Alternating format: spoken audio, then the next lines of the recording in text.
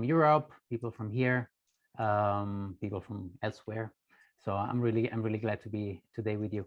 I'm going to share a presentation. I'm going to talk about some of the services of the EU-Japan Center for Industrial Cooperation, and also more specifically about the services of the Technology Transfer Helpdesk, which is the initiative that I run directly, basically from its inception in 2016.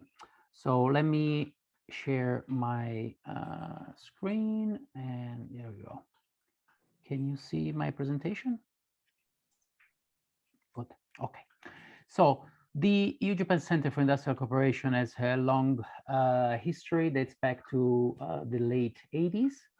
And it's an initiative, it's a joint initiative between METI, the Ministry of Economy, Trade and Investment, and the European Commission, as the flex suggests here on the initial slide. The purpose of the center is to connect companies, and especially SMEs, so small and medium-sized enterprises. For those that are not that familiar maybe to the terminology, a small and medium-sized enterprise is a company that has to meet some requirements of turnover and of employees to qualify as an SME. Most of the companies around the planet are SMEs, 99.89% are SMEs.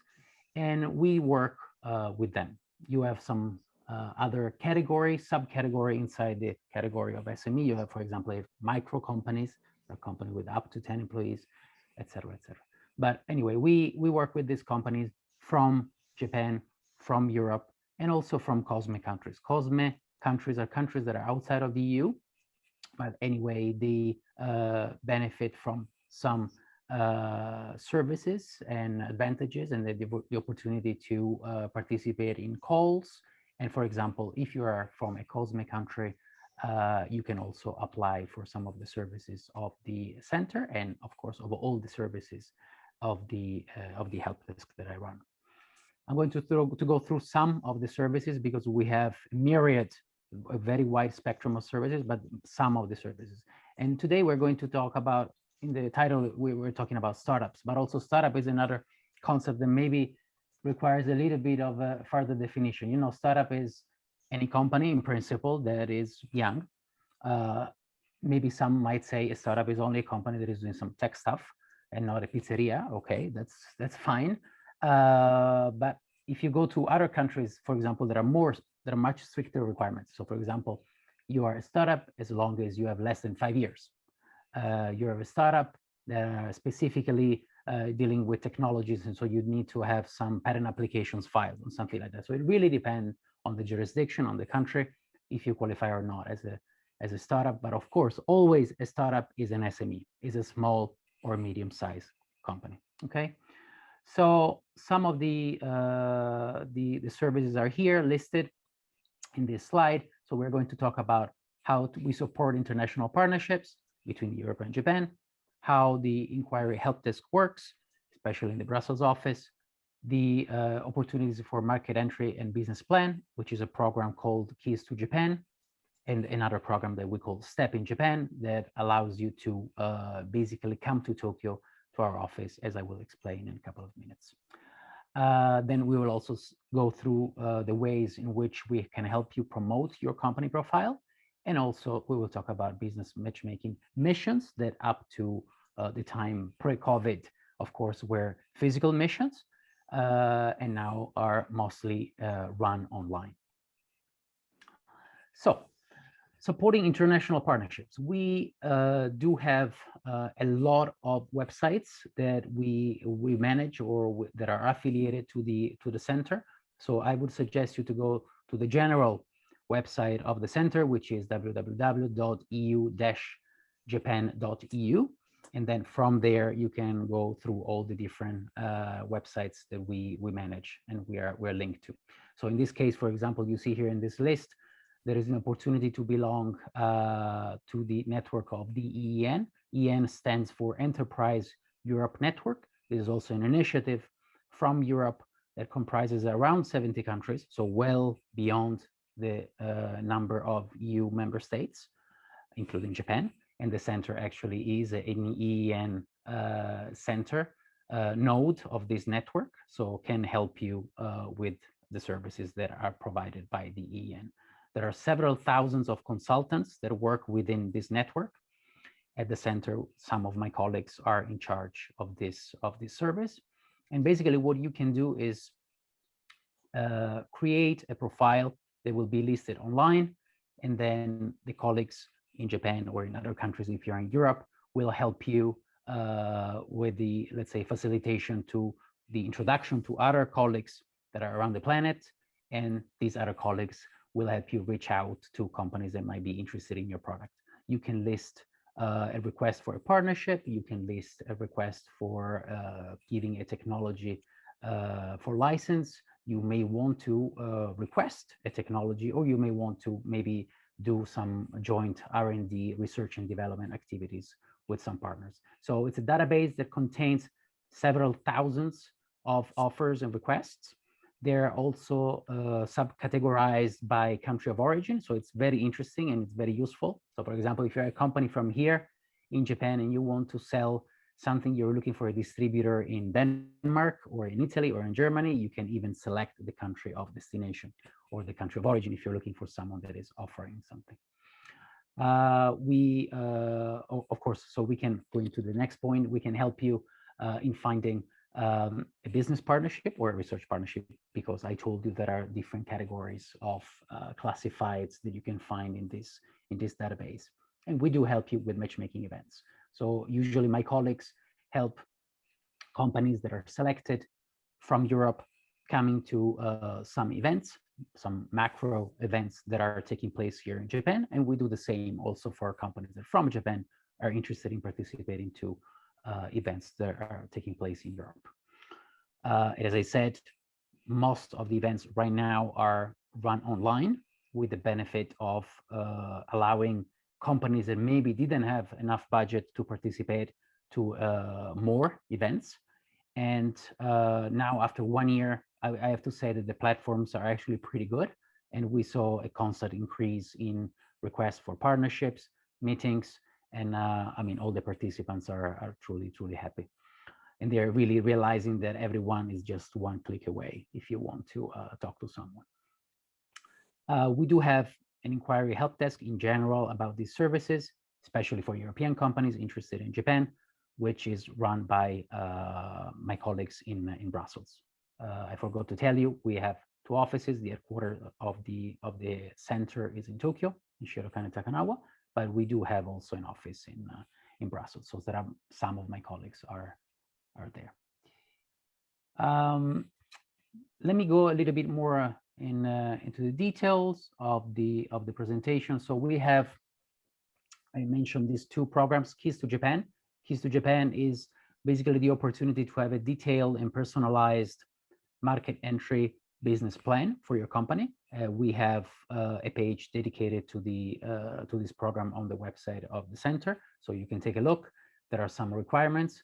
So you have to be from the EU or a COSME country to apply, and then there are some specific deadlines that you will find on the page of the program. We have also this other program that is called Step in Japan. This allows you to basically visit us in Tokyo. It's free of charge, like the first one. You can basically visit us in Shirokane Takanawa. You can have access to one of the desks, the cubicles that we have, and you can spend, I think, up to maybe 2 months. I'm not 100% sure, but I think up to 2 months in Tokyo, our office. And of course, you can benefit from all the services that we can provide you also if you are on site. So you can talk to me and to my colleagues. And for this as well, you just have to go to the website of the center and click on Step in Japan, and you will see that there is a form that you can download and you can basically send to my colleagues for consideration. Then we go more in detail to the database that I mentioned. This is the database of the EN, where the partnership are potentially located. And you see here on the left, this left box, it says profile types. So there are 5 types of profiles. You can look for a business offer, a request, research and development request, a technology offer, or a technology request. You can tick that. You can choose the profile of country of origin and also the country of destination. So if you want, you can be very, very granular in the search. There are, as it says here on the slide now, over 5,000 profiles and almost 70 countries. And this is on the right is an example of how it looks when you actually make a search. You see that there is a title, you can click and you can see the offer in detail. The profiles of the companies in your company, if you want to create one, are anonymized. So if someone is interested in your company and wants to have something to do with you, they have to click on send an expression of interest, and then basically a colleague from the EN will receive this expression of interest and will pass it along to the owner of the company, and the owner can say, okay, yes, I'm interested or not. Okay, so there is a little bit of filtering. In terms of company missions, as I said, we're used to do a lot of physical work and a lot of physical missions, especially of companies that in Tokyo were coming from Europe, covering a lot of fields like biotech, ICT, nanotech, food, and many others. And here under the table here, under the box, you have the links that anyway you can find from the general website of the center. This is a special website. Is a website of the EU business in Japan. This is a website where you need to create an account that you see here on the right. There's a free membership for European companies. So you'd need to have an address in the EU, and you have to fill it out. And then my colleagues will basically check the request, and they will authorize you, and they will grant you access to the website, where you can find a lot of information about the EPA between Europe and Japan, and about all the other things that you see here in the menu. Basically, there are a lot of materials and also collection of all the past events, so all the webinars and the presentations that are made by the center, which are a lot. If I remember well, in March alone, probably there are between 30 and 40 presentations that we're making. So it's a very rich offering. I would like to switch now to the services of the Helpdesk, which is my baby. I created it in between 2015 and 16. We launched the service in 2016 in February, and the purpose of the Helpdesk is to connect academia with companies doing different things. Of course, offering available technologies that can be licensed. This with a push approach that in the jargon of technology transfer manager means that basically you're pushing a technology out to the world so that people can see, but also we do the opposite with requests for proposals. So this is the so-called pull approach. So there are companies that come to us, that come to me. It can be a startup, of course, it can be a little bit bigger company that says, I'm looking for a researcher or a group of researchers that can solve this problem, that can make this product, or that they have this technology available. And then my job is to basically reach out to universities or other companies and ask them if they do have these skills, this expertise, or these technologies that are available. So the point is, it's something that is done online, it's something that is done offline by myself, and all the things that I try to do on a daily basis is to connect people. I can see today in the audience there are some of the clients of the Helpdesk, and I'm working right now on some projects with them, and this is exactly what we're doing. So we're trying to promote their technologies to a wider audience, and we're trying also to reach out to the potential recipient of these technologies, to kind of invite them to events and sharing documents, of course, and materials. To do that, we organize webinars, seminars, of course, when we were allowed to, and we would, of course, do it again in the future. We have a podcast channel, and then I will introduce you also to other services that we offer with the Helpdesk. Going more in detail, I already talked to you about the history. You can find the domain name of the Helpdesk on the website, but if you want to taking screenshot here, or anyway, I will share with you the presentations afterwards. But anyway, we have a different website for the help desk that you can reach from here. And the core of the help desk is a technology database that allows to have some enhanced search features to look for technologies. The cool thing from the beginning that we thought about the help desk was to create basically a repository of technologies that are either patented or that are patent applications. And for this, we have a specific database that contains more than 110 million documents. So it's pretty big.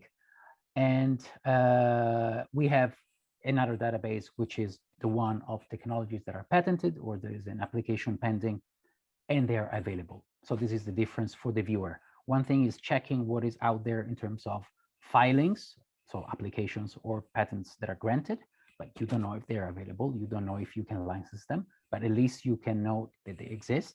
And the other side, you have technologies that you know you can license. So you can actually call the university and say, okay, I saw the technology on the website. I'm interested in potentially becoming your licensee.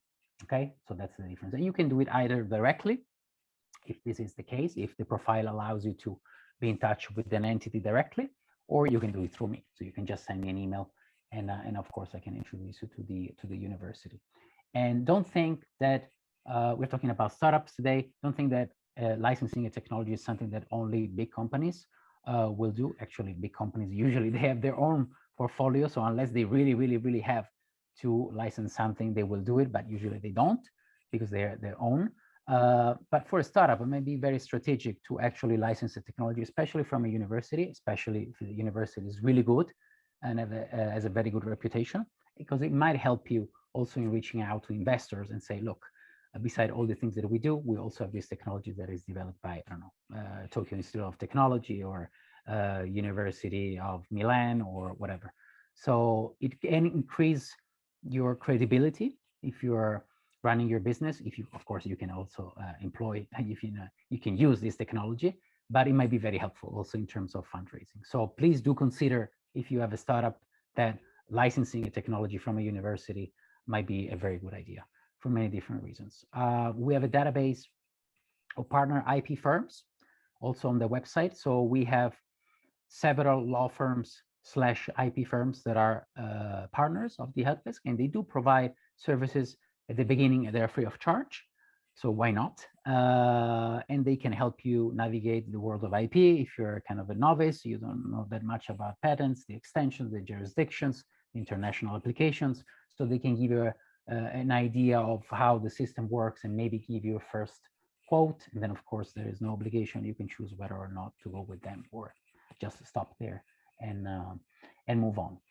Of course, we do organize webinars and podcasts like today.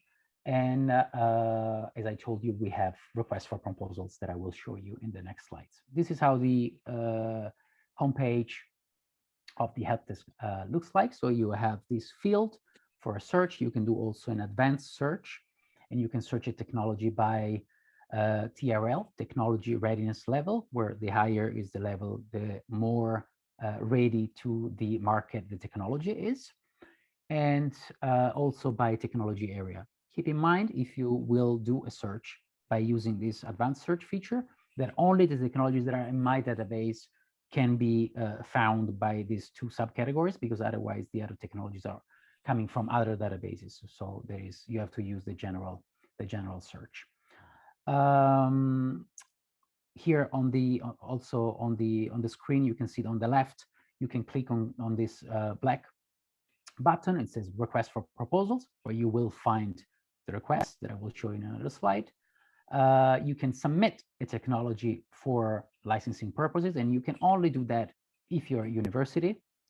And this is the reason why you can only do this, because if you're a university, is because this is complementary to the service that I mentioned about earlier to you about the EEN, because in the EEN, you have the option of having a technology offer. So if you're a company, it's much better if you go to the EEN and you post your technology under that category. If you're a university, you can come to me. If you have a question, if you click on Ask the Expert, I will receive an email. If it's something that I can answer directly, I will do it. if it's something that is related to IP rights, of course, I will put you in touch with one of the firms that work with me. This is how technologies look like. So if you make a search and then there is basically an outcome and there is indeed a result, that's what you will see. So in this case, we searched something like a fiber, if I remember well. And so here I have the profile of the university that is posting the technology. And then on the right, you have a list of all the available technologies that the university posted. Keep in mind that most of the universities, they have their own databases as well. So be sure that you can, of course, if you check my profile on the Helpdesk database, then also you may want to go to the database of the university, which might be more updated. There are two cases: one in which the university is posting a technology and it's there, and so I have to receive every now and then a new technology. And there are other cases where there is a direct link from the website of the Helpdesk to the database of the university. In that case, their search is in real time, and when you type like a fiber or a screw technology, something like that, then it will come up directly from the database of the university. So it depends on the university in question.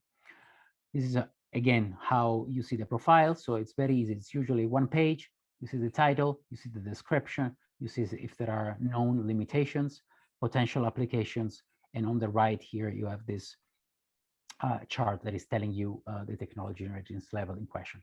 In this case, is technology readiness level is number 4, and it will also explain what 4 means. Okay, so everything that we did on the website is supposed to be self-explanatory. There are a lot of acronyms, but also there is always a description.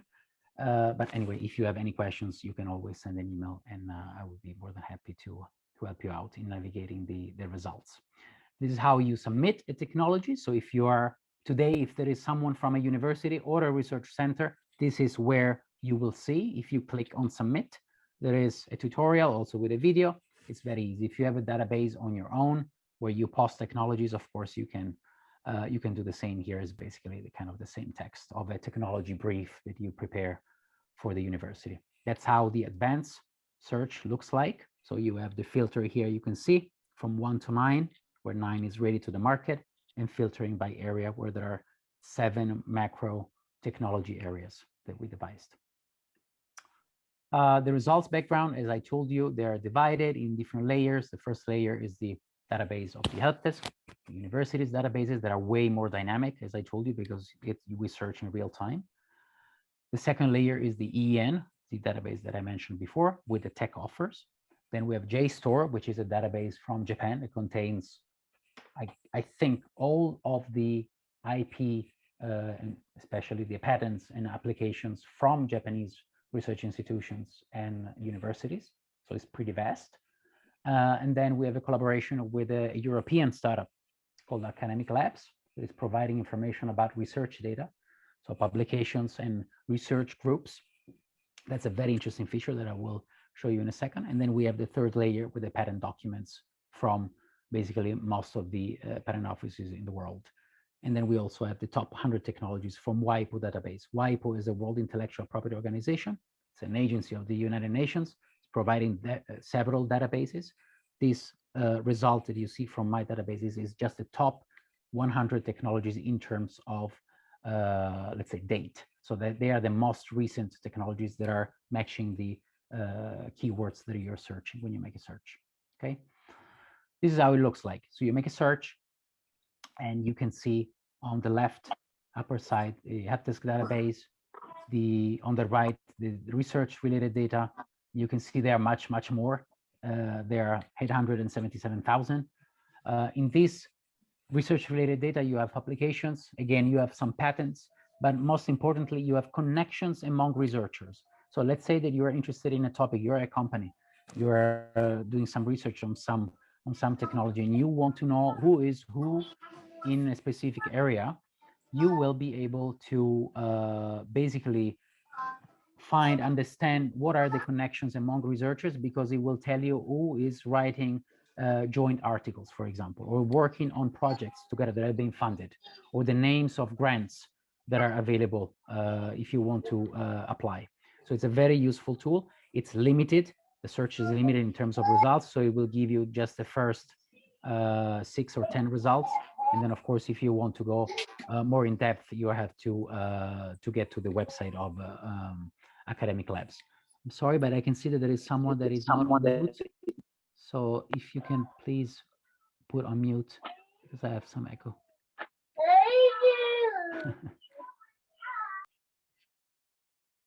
Yes, thank you. And then here on the very top, very bottom, you have the EN, JSTOR, and the latest technologies that I told you from WIPO. This is how the results look like. So you have the title, you have the category, you have the owner of the technology, you have the TRL, you have the kind of availability and the IP status. If it's a PCT application or like a local application, it can be a Japanese application, an Italian application, etc. Once again, why you want to do this if you are a startup or if you're an SME? Because again, this can be a very useful tool to apply for grants, to apply for funding if you're reaching out to an investor, and because anyway, it will increase also the credibility of your company, especially if the university in question is pretty reputed and the technology is pretty advanced. So don't think that if you're a startup, you have to have your own technology, and on that you have to build an empire. You might be thinking of partnering with an established research institution. It might be a really good idea. This is how also the results are showed.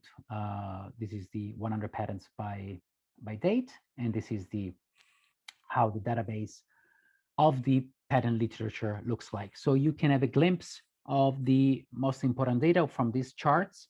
As you can see, again, this is a limited view. If you want to have a full view, you have to go to the website of the provider, but at least you can have a glimpse. So you can see all the patents, and you can see these charts. So at least you can see who are the top current assignees, so the owners of these patent applications or patents. You can see the technology sector with the codes. The codes are referring to specific technologies according to the patent nomenclature, and the life status, of course, if a technology is dead or alive in terms of patents. Okay. Moving forward, this is how the research related data look like. So as you can see, there are a lot of information. So you can click, you can search for a keyword, and then it will appear. You will have information about clinical trials containing the keyword, funding calls, patents, research projects, publications, research groups working on that, research topics that are coming up out of all the different areas, researchers that are working on that topic, and technology offers and services. Again, the researchers is probably the most powerful. Okay, so from a search with that, you know who is working on what. So it's pretty helpful. You cannot imagine how many universities are around the world, probably in excess easily of 20,000. So there are a lot of researchers out there. So you might need some help in locating them. This is the section on the request for proposals. Is very easy. Actually, you can apply for that even if you're a startup. You don't need to be a big company. You can just contact me and you can say, look, we want to create a partnership. We're looking for a technology. We have to solve this problem, and we want to have this kind of solution with this kind of, it has to meet this kind of requirements. You can select everything, even the way you want the answer to be sent to you. So it has to be a PowerPoint, it has to be a PDF, it has to be non-confidential, etc., etc. Everything is free. So you can just contact me. We can work together on the creation of the document, and then of course it's posted online, and then proactively we can try to reach out to companies or universities that might be interested in partnering with you. Okay, so it's pretty easy, and it can be relatively fast. This is again how a technology request looks like from one of our partners, because we're also reposting, of course, technology requests that are issued by some of our partners. And I'm about to conclude with some of the other features and materials that you can find on the website. We have a lot of past webinars. Actually, we have a YouTube channel that I would like you to invite you to join. And we have 100 videos. So you can, if you're interested, in the topic, you can watch and rewatch many of them. We have technology presentations, we have seminars, we have a lot of different things. We have a podcast channel also you can find from the website, and we have materials. We have reportage of events we participated to. We have fact sheets covering topics that might be of interest. For example, how do I get a Japanese patent? And then you will have a one pager with the flow chart that explains how to get a patent in Japan. And we also have reports and of course presentations of past webinars and seminars and so on. Let me basically end the presentation with something that probably is the most important thing for the startup from Europe or Japan or from everywhere else, is about IP. So we created in September of 2018 with one of our partners, Sonoda and Kobayashi, which is a major IP firm here in Tokyo, in Japan, the Pro Bono IPR Support Program. Then from that moment on, many other law firms and IP firms followed. So now there are several partners that work with me and with the Helpdesk. As I told you at the beginning, we provide this initial conversation with some patent attorneys that can help you figure out whether or not it may be worth applying in Japan, applying outside of Japan, if you have to apply at all or not. And basically you can be reassured with a 30 minutes or 1 hour conversation that you will get top advice, and then you can decide whether or not to continue. So again, it's completely free, and you can decide to do what after you talk to them and to me. We have, to really conclude, we have a lot of social media channels. We have LinkedIn, we have Facebook, we have a YouTube channel, we have Twitter. So I would really like to invite you to join, so that you can be always updated about what we do, about what others do, because we also report, of course, general information about technology and innovation in Europe and Japan. So please join me and join the Helpdesk. This is how to get in touch with me, and you have my email. You have the website of the Helpdesk. Again, I will make sure that Rohit will also share with you the presentation in the following days, so you don't need to take notes or pictures. You will have the presentation in your hands.